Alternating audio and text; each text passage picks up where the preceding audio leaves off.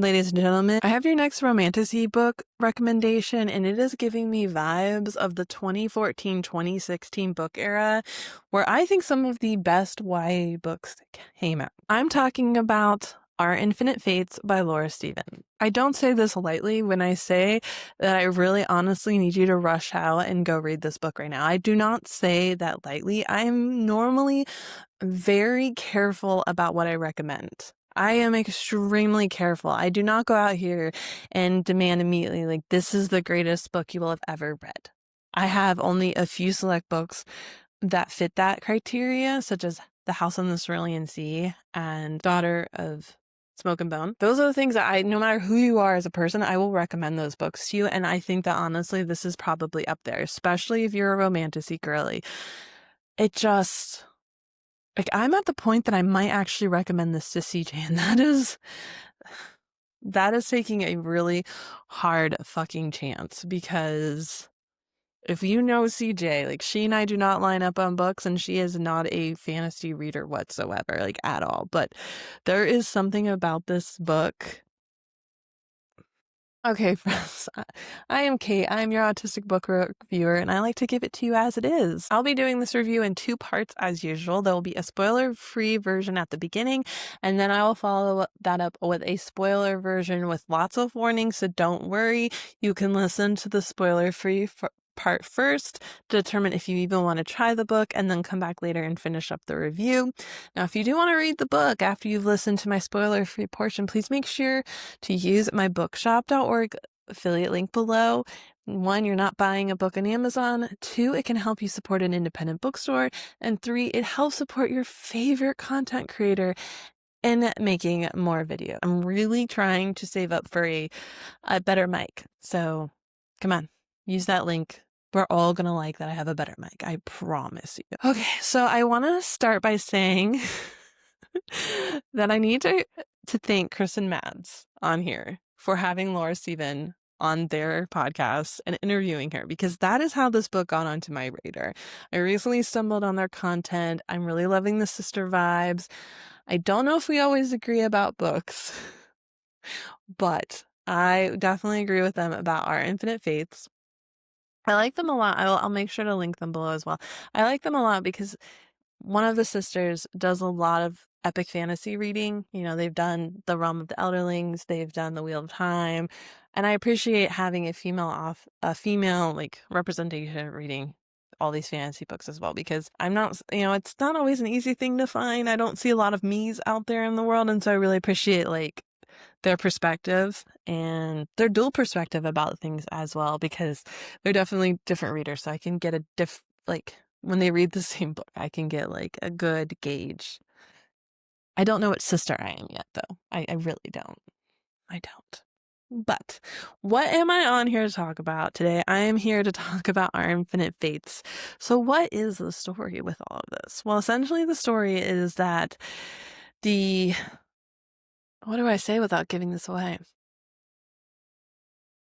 Let me see what the synopsis gives away first to tell me. Essentially, the story follows 2 characters that both remember every life they've lived, because when they turn 18, most of the time they kill each other.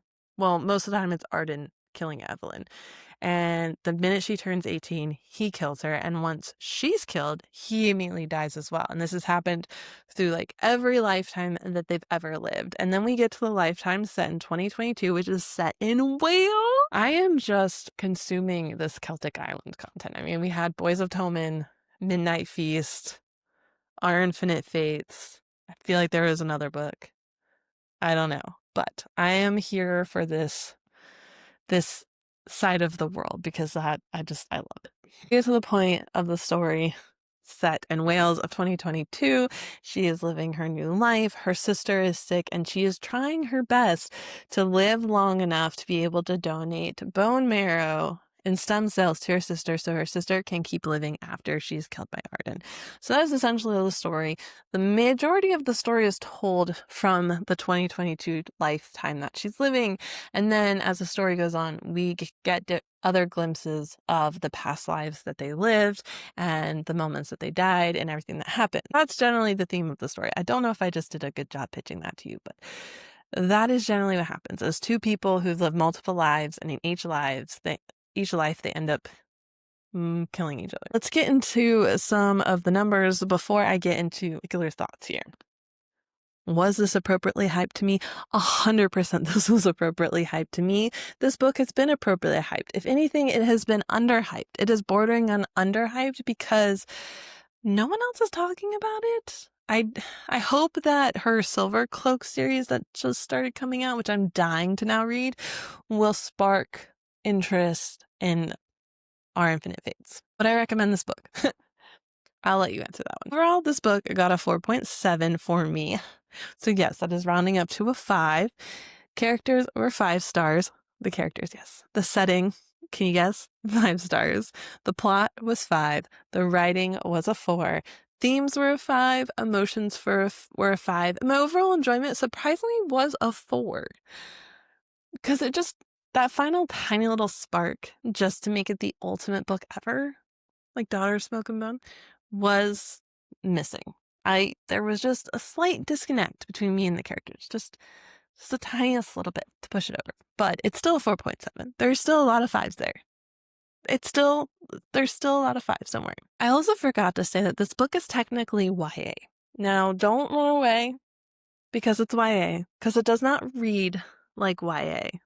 And this is going to go into a whole diatribe about my feelings about this fight that I get into with a lot of readers. Because, there was a time when Jay Kristoff was writing his Nevernight series, and it kept getting shelved in the YA department. And we're like, if anyone's read that series, they will know that is not a YA book whatsoever. And there's this big debate, if you don't know, because I don't know if it's talked about as much now, but it's not like it's resolved. So I feel like it still needs to be talked about. But there is this whole debate that a book should either, how do I say, a book, some people believe a book should be categorized as YA because it has a YA protagonist. And then there is the other type of person in the world that thinks that YA is 100% its own genre with its own tropes and ideas and themes and writing style, and that just because a character is YA does not mean that it should be shelved on the YA shelf. And I'm in that camp. I think that you can have young characters in adult books leading the charge, and you can have adult themes and adult writing and adult tropes that, like, it does not have to live in the YA section, because I think that there is very much a writing style that belongs in YA. I think that there are certain themes that aren't covered in YA. I think that there's tons of more coming of age. Really, it is a lot of coming of age moments that exists in the YA realm, and nothing about Our Infinite Fates is a coming of age. Yes, these characters are 17 years old throughout most of the book, but okay, let's take into effect that they've lived so many lifetimes. Let's add up all those years together. The memories are there. The life experiences are there. These are two extremely mature people existing in this story. They do not read YA. They do not exist as YA. They do not have the mentality of discovering life and coming of age. They are adults in my mind, and this book reads like an adult book, and this book can be read like an adult book, and it can exist on the adult shelf.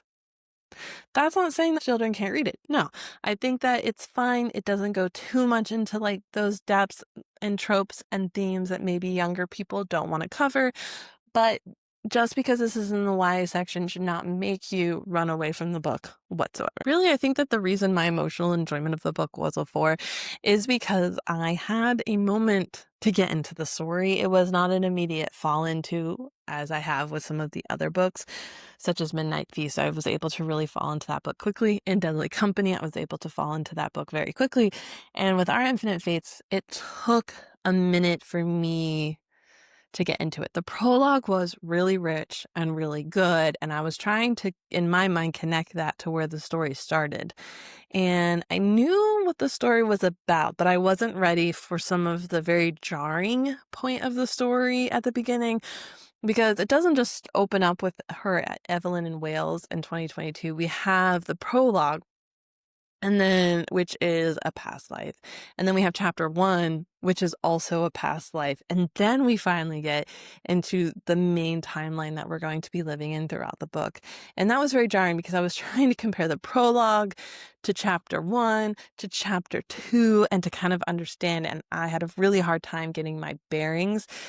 I probably, if I was the editor in this, I would have either done the prologue and not had chapter 1, or I would have had chapter 1 be the prologue. Like, I would have picked one of the two lives and not started with essentially 3 lives right at the beginning. It did not lend well to grasping the magic system, essentially, and the rules of this world and the rules of how they exist in this world as well. The characters. I mean, we have a lot of Evelyn at the beginning, but Evelyn is still kind of a different person each lifetime. We don't get a lot of Arden. And you want us to understand that they've reached this point together. And that's probably why the prologue does exist, is they reach this point. They're at this the snapshot in their relationship. This is not the discovery side of things. We're not here as new adolescent kids discovering the side of love and connection. No, we have already reached this part with these characters. And so as a reader, you're expected to kind of be there with them, or at least to be like, okay, Stephen, I get you. I believe you. I believe that this exists already and that you're going to show me how it exists. But I wasn't shown it, and I think that the disconnect, maybe that's why the prologue was shown, is that we could see where they had reached the relationship, but I was having a hard time understanding, was that like the inciting incident of existing to why they are who they are now, and were those even Evelyn and Arden? Like, I it was more confusing to me in the situation, and I wasn't able to move on to exist with the story that I was handed. Then you get into the story. Then you get into the characters. And then you get into everything that's going on. And then you get into the snapshots of their previous lives. And my God, were those snapshots so concise and well organized and put together. They were amazing. If you watch my review of This Is How You Lose a Time War, their snapshots of every time that they would get the letters did not work. It was disjointed and too much. But in this case, which we have timelines of history, I feel like those snapshots are very similar between these two books. Stephen just did this beautiful job in this tiny little window to, one, introduce to you what version of Arden and Evelyn we were getting and what time setting it was, and then immediately was able to drop into maybe how they killed each other. It was rich and complex, and I was excited to see all the lives that they lived. And I appreciated that we started with like going backwards in time and like unraveling the story. It was a really kind of fun play on everything. The other thing I really appreciated, I don't think this is a spoiler. I hope it's not. I'm sorry if it is. But the other thing I really appreciated is the fact that Stephen didn't stick to a specific gender specificness to each of them. They are souls traveling through time. And so essentially they can be born as almost anything. Anyone, any gender. I also just really appreciated that as well. I think that this was a really great representation of a non-binary characters and understanding of all of that. And it works well to the story, and it makes so much sense. And it's kind of like a, oh, well, duh moment. Because in my impression of the story is that every time that they die, they just immediately get reborn in whatever is available at the moment. That's, within approximation of each other, as close as they can be. And that would make sense that it could just be honestly anything, any gender, class system, place. They were born throughout the world as well. And it makes so much sense. And it's a detail that lended very well to the richness of the story. Yes, I cried. I did cry. I had a few tears at the end of this book. I really did. I have not been emotionally moved like this since The Assassin's Apprentice. And it was time. It was time. Now, the ending. What an ending. What a twist. What a fun way to bring this all about. If you can get me, like this book gets me at the end, the chances are this book is going to be phenomenal. I love these kinds of stories where it's nothing as you seem, and then we give a reason, and I believe it, and it's unique, and it's different, and it's fun, and it's just phenomenal. And yeah, the ending, top notch. Sad. I am upset about the ending in ways as well, because I didn't realize something. I'll talk about it in the spoilers, but I should have known. And when it finally clicked, I was just devastated, but so good. I read this book in pretty much a day, by the way. I devoured 289 pages of it in one day. Highly recommend. Highly recommended. Which tells you how easy it was to read. There is a lot of depth to this book. There's a lot of things to think about. I had so many things running in my background as I'm like considering like the implications of what's going on and the emotional impact and all this stuff going in the background, while also just simultaneously enjoying the foreground of what I'm reading as well. And I still am sitting in this book. And I'm very excited to buy my own copy of this book. I want to own this book. I'm gonna go buy it because I just love it so much. And if this is the depth that I get for a YA book from Stephen, I cannot wait to read Silver Cloak. I really can't. But I've gone into this trend where I just don't want to start series unless they're done. I don't want to suffer. I don't want to read book one and then fall in love with something and then have to wait and then essentially have to reread book one again to to catch back up, because I'm a person that needs to know what's going on.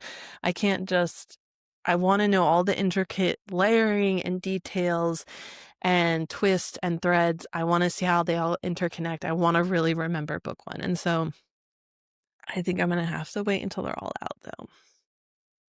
Yeah, because I'm pretty sure I'm going to love it.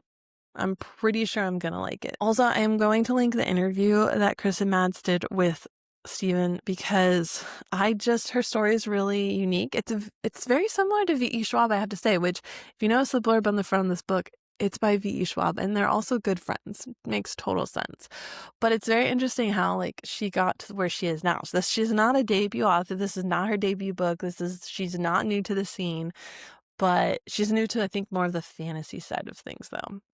And yeah, so I'll make sure to include the link to their interview as well so that you can kind of understand why I got also hooked into this book. Alrighty, friends, we're going to talk about some spoilers here. Don't forget to use my bookshop.org link if you are extremely interested in reading this book, and I hope that you are. I hope we can spread the word of this book.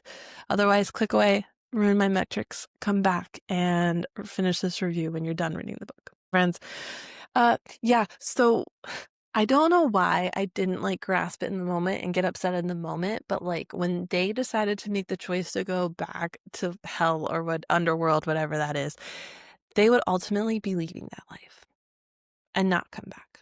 Like, I don't know why. I guess because when they were talking about reaping other souls, they went back to the other lives that they were living when they got sucked back in. So I thought that they were just going to come back and wake up to that life again when they were done, killing the mother devil lady, but they didn't. And that was really sad. And that destroyed me. I don't know. And I just hope that the future that they live in is way more accepting to same-sex relationships, because as I understand it, they're both like men. So I really hope that they're okay. Like, yeah, I just want them to be okay. Also, that last end, the last end of finding out that this was all started because of love and they have loved each other since the very beginning, and like she betrayed her to essentially, like, I thought it was very interesting that the theme of the whole story was the fact that, are you the good guy because you're able to give up love to save the world, or are you the villain that you're willing to give up the world for love? And I find it so funny that Evelyn, through almost the entire book, has so much of this empathy and is essentially living her life giving up love so that she can save other people, right? I think that's what happens. Is that what happens? It makes you wonder. Like, am I thinking that right? Well, she comes back as this empathetic person that wants to save people so much, and that she refuses to like hurt anyone anymore. And yet she's the very person that was willing to destroy the world to save her love and to be able to come back and live together again. I thought that was really interesting. It's like she corrupted her soul and corrupted Arden's soul so they could live together forever. And then Arden ended up being the one to sacrifice the whole time. I thought that was an interesting twist that essentially I thought in my mind that they flipped roles and that she, like, for who Evelyn was living through her whole life, that's not how it started. That's just how I feel. And I accept the reason that the mother devil lives. It just, as soon as that despair and upsetness, started being created, she was created. And I 100% am down for that explanation of how she suddenly exists. I'm here. I'm here for it. But now what happens now that she's gone? Are we going to get another new mother devil? Because there's still those emotions in the world. That's not just suddenly gone now that she's gone. So we have to have a balance. Some creature has to exist, right? Right? But yeah, that whole devil thing. You're the devil. You're a devil. You're a devil. You're a devil. And I kill you so you don't have to be a devil because I figured out the loophole. Love it. Love it. Love it. Can I just curl up into Evelyn's Wales world with the sweaters and the bookshop? I'm here for it. That farmhouse, just everything. And the fact that Arden couldn't be away from her anymore and played the farmhand. He kills her every time because he loves her so much. Right? It's not because he's selfish, right? Like, he's also doing it for her, not just himself, right? Right? Right. I hope so. We can be selfish and do it for other people, right? Thank you so much, friends. I hope you enjoyed this review and you made it to the end. Don't forget, if you want to talk specifics or other things about the book, make sure to comment spoilers below or DM me. I will get back to you and we can chat books. We can talk about what you thought about this book. We can talk about other books. I'm still looking for a book sister. I'm still holding applications here. Okay. All right. All right. Reading buddies, all right. Maybe you can convince me to read Silver Cloak now instead of waiting. I might do it for a reading buddy. I might. But thank you so much, friends. Please make sure to rate, review, and subscribe so that you never miss an episode. And you can also help other readers like you find this content so we can find a community of like-minded readers. Because sometimes I feel very alone in the world and my reading style and what I like. So I need to find more of me's out in the world. But thank you so much, friends. Bye.